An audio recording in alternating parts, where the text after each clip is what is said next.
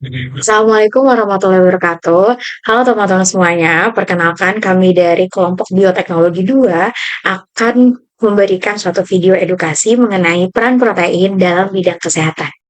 Nah, sebelum kita membahas secara lebih dalam mengenai peran protein ini, tentunya kita harus mengetahui dulu definisi dari protein. Protein adalah suatu makromolekul besar atau polimer yang tersusun atas monomer. Monomer protein disebut dengan asam amino. Asam amino ini tersusun atas 3 gugus, yaitu gugus karboksil, amina, dan juga gugus ratasampik. Protein memiliki peran yang sangat banyak dalam kehidupan kita. Di antaranya, protein menjadi komponen utama yang menyusun struktur sel dan jaringan. Yang kedua, sebagian besar enzim tersusun atas protein. Dan yang ketiga, protein juga berperan dalam transport dan juga sinyal seluler. Nah, lebih spesifik lagi, protein juga digunakan dalam bidang kesehatan. Sedikitnya, ada 3 fungsi protein dalam bidang kesehatan atau mengapa protein penting dalam bidang kesehatan. Yang pertama, protein digunakan sebagai agen terapeutik. Protein ini digunakan secara langsung sebagai obat biologis untuk menggantikan, meniru, atau modulasi fungsi tubuh. Contohnya, insulin rekombinan untuk terapi diabetes, lalu antibodi monoklonal seperti Herceptin untuk kanker payudara, dan yang ketiga enzim terapeutik seperti asparginase untuk leukemia. Berdasarkan penelitian menurut Xu et al. Pada tahun 2023, terapi berbasis protein ini memiliki spesifikasi tinggi terhadap target biologis dan efek samping yang lebih rendah, sebab menjadikan fondasi utama untuk precision medicine modern. Yang kedua, protein juga dapat digunakan sebagai alat diagnostik, atau protein ini digunakan untuk deteksi suatu penyakit tertentu. Sebagai contoh, protein atau enzim seperti horserades peroksidase atau HRV yang digunakan pada uji ELISA untuk mendeteksi infeksi. Lalu yang kedua, protein rekombinan antigenetik yang dipakai dalam rapid test COVID-19 atau HIV. Dan yang ketiga, protein yang digunakan sebagai biosensor atau biomarker suatu deteksi penyakit tertentu. Nah, yang ketiga, protein juga dapat digunakan dalam rekayasa atau regenerasi sel. Protein ini berfungsi sebagai molekul pengatur pertumbuhan, diferensiasi, dan komunikasi antar sel. Fungsi protein ini digunakan untuk growth factor seperti IGF dan FIGF yang merangsang regenerasi jaringan dan pembentukan pembuluh darah. Lalu yang kedua contohnya adalah protein matriks ekstraseluler seperti kolagen yang digunakan sebagai scaffold atau tissue engineering, dan protein rekayasa atau fusion dan simerik protein yang dikembangkan untuk meningkatkan stabilitas dan efektivitas terapi seluler. Oke, selanjutnya kita akan bahas jenis-jenis protein dalam aplikasi kesehatan. Yang pertama adalah protein terapeutik, di mana protein ini dapat digunakan secara langsung maupun dengan terapi medis. Nah, protein ini dapat berasal dari isolasi alami, tetapi untuk sebagian besar saat ini diproduksi dalam teknologi rekayasa genetika, di mana dapat diproduksi dalam jumlah besar. Contohnya ada antibodi monoklonal yang digunakan untuk terapi kanker ataupun penyakit autoimun. Nah, mekanisme bekerjanya itu yang pertama diberikan lewat suntikan. Nah, kemudian protein ini akan menempel pada target penyakit seperti sel kanker ataupun virus. Nah, tubuh ini akan mengenali dan akan menghancurkan targetnya tersebut. Yang kedua ada hormon protein, contohnya itu insulin rekombinan yang merupakan insulin buatan hasil dari rekayasa genetika dengan menggunakan bakteri E. coli. Nah, insulin ini memiliki struktur yang sama dengan insulin alami pada manusia, sehingga dipakainya itu bekerja dengan efektif dan minim efek samping. Insulin rekombinan ini dapat diaplikasikan kepada pasien diabetes mellitus, terutama pada tipe 1, ketika pankreasnya tidak mampu lagi untuk menghasilkan insulin. Mekanismenya itu, insulin ini dimasukkan ke dalam tubuh, kemudian masuk ke dalam darah, dan insulin ini akan menempel pada reseptor sel, sehingga membuka pintu pada glukosa, yang menyebabkan glukosa ini masuk ke sel, kemudian kadar gulanya dapat menurun. Yang kedua, contohnya itu ada eritropoietin, yang merupakan hormon protein secara alami yang dibentuk oleh ginjal untuk merangsang pembentukan sel darah merah di sumsum tulang. Nah, versi rekombinan ini diproduksi dengan teknologi DNA rekombinan untuk terapi medis. Eritropoietin ini dapat diaplikasikan kepada pasien dengan anemia kronis, contohnya penderita gagal ginjal, ataupun pasien kanker yang sedang menjalani kemoterapi. Mekanisme bekerjanya ini, eritropoietin ini akan disuntikan ke dalam tubuh. Nah, kemudian akan beredar ke sumsum tulang yang akan merangsang produksi sel darah merah. Nantinya, sel darah merah ini akan meningkat sehingga menjadikan tubuh penderita itu lebih bertenaga. Halo teman-teman, kalian tahu gak sih apa itu protein? Protein merupakan molekul kompleks yang berperan penting dalam berbagai proses biologis tubuh. Selain berfungsi sebagai enzim, hormon, dan komponen struktural, protein juga memiliki peran yang sangat penting dalam dunia medis modern. Salah satu bentuk penerapannya adalah pengembangan antibodi monoklonal atau monoclonal antibodies. Oke, antibodi monoklonal ini apa? Adalah protein hasil rekayasa bioteknologi yang dirancang untuk menirukan cara kerja sistem imun dalam mengenali dan melawan zat asing seperti virus atau sel-sel yang abnormal. Keunggulannya adalah mampu bekerja secara sangat spesifik terhadap target tertentu sehingga memberikan efek terapi yang lebih terarah. Dalam bidang onkologi, salah satu penerapan antibodi monoklonal ini adalah trastuzumab. Nah, obat ini tuh digunain untuk menangani kanker payudara. Trastuzumab ini berfungsi menghambat sinyal pertumbuhan pada kanker sehingga menandainya agar dihancurkan oleh sistem imun. Pendekatan ini menjadi bagian dari konsep targeted terapi, yaitu terapi yang bekerja langsung pada sasaran molekul penyakit. Selain terapi kanker, antibodi ini juga dimanfaatkan untuk menangani penyakit autoimun. Contohnya ada limumab yang bekerja dengan menghambat tumor nekrosis faktor alfa atau TNF-alfa, yaitu protein yang memicu peradangan kronis. Dengan mengontrol aktivitas TNF-alfa ini, adalimumab membantu meredakan gejala pada penderita rheumatoid arthritis, psoriasis, dan penyakit Crohn. Melalui kemajuan teknologi, protein kini tidak hanya dikenal sebagai zat gizi, tetapi juga sebagai agen terapeutik yang menyelamatkan banyak nyawa.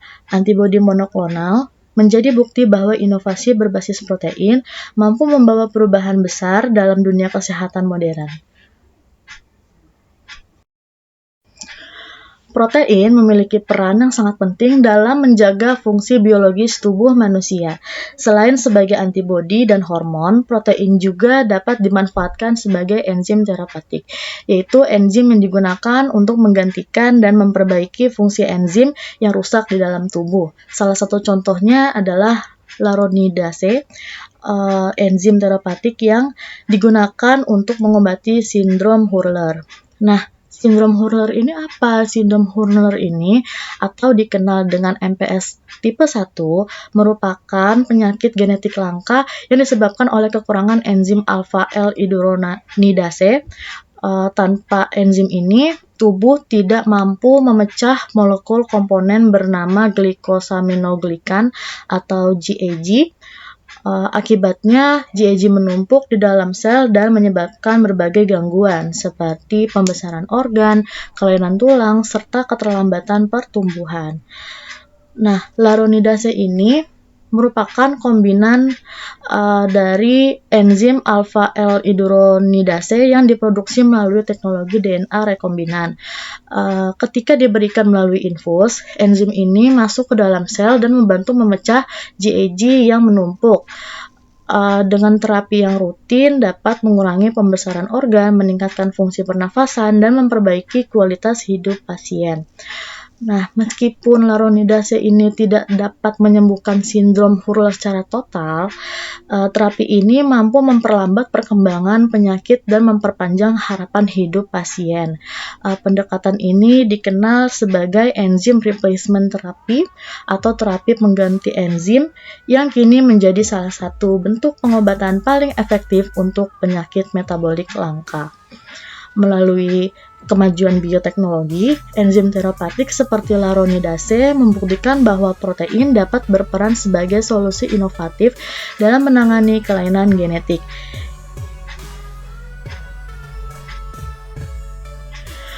protein memiliki peranan penting tidak hanya sebagai komponen biologis tubuh, tetapi juga sebagai dasar dalam pengembangan berbagai terapi medis modern. Salah satu bentuk penerapannya adalah protein vaksin, yaitu vaksin yang menggunakan protein tertentu untuk menstimulasi sistem kekebalan tubuh tanpa menyebabkan penyakit. Salah satu contoh protein vaksin adalah vaksin HPV atau Human Papillomavirus. Virus ini merupakan penyebab utama kanker serviks pada perempuan serta menyebabkan kutil kelamin dan beberapa jenis kanker lainnya seperti kanker anus dan orofaring. Vaksin HPV ini dibuat dari protein L1, yaitu protein utama penyusun kapsid virus HPV yang diproduksi secara rekombinan.